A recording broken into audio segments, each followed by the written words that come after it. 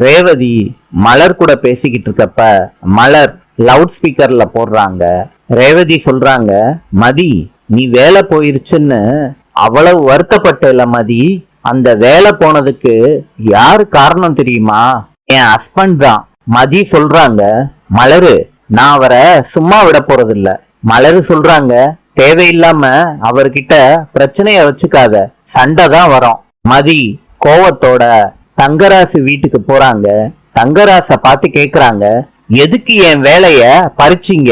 தங்கராசு சொல்றாரு, மதி உன் வேலை போனதுக்கு காரணம் நான் தான். மதி சொல்றாங்க, என்ன அப்படியே அந்த வீட்டுல உட்கார வைக்க முடியும்னு மாத்திரம் நினைச்சிடாதீங்க. நீங்க நினைக்கிறது எதுவுமே நடக்கவே நடக்காது. நீங்க இன்ஃப்ளூயன்ஸ் பண்ணாத நல்ல வேலையில நான் சேர்ந்து காட்டுவேன், எழுதி வச்சுக்கோங்கன்னு சொல்லிட்டு மதி கோவத்தோட தங்கராசு வீட்டை விட்டு போறாங்க. நாளை சந்திப்போம்.